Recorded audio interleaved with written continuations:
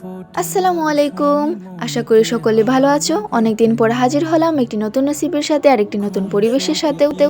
এই শীতে প্রায় জমে গিয়েছিলাম, কিন্তু আমার ভিউয়ার্সদের কথা চিন্তা করে বানিয়ে নিলাম সবুজ পুরি রেসিপি।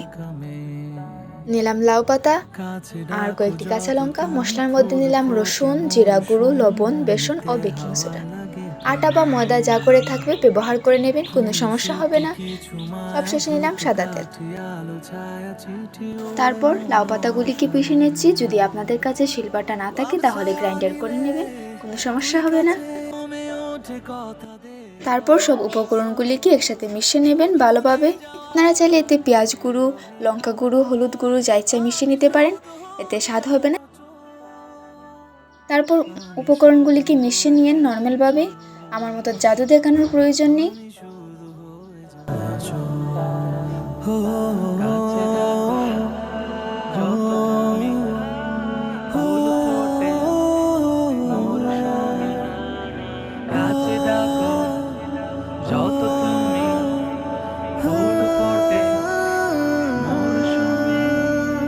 দুজনে জানি হই অভিমানী, ঠিকই থাকে ভালোবাসা। তবু কাঁদি কখনো যদি থেমে যায় যাওয়া আশা। দুজনেই জানি হই অভিমানী, ঠিকই থাকে ভালোবাসা। তবু কাঁদি কখনো যদি থেমে যায় যাওয়া আশা।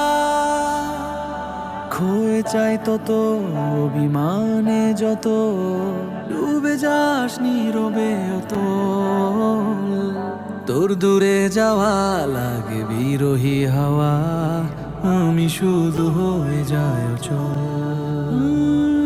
আমি শুধু হয়ে যায় অচল, আমি শুধু হয়ে যায় অচল, আমি শুধু হয়ে যায় অচল।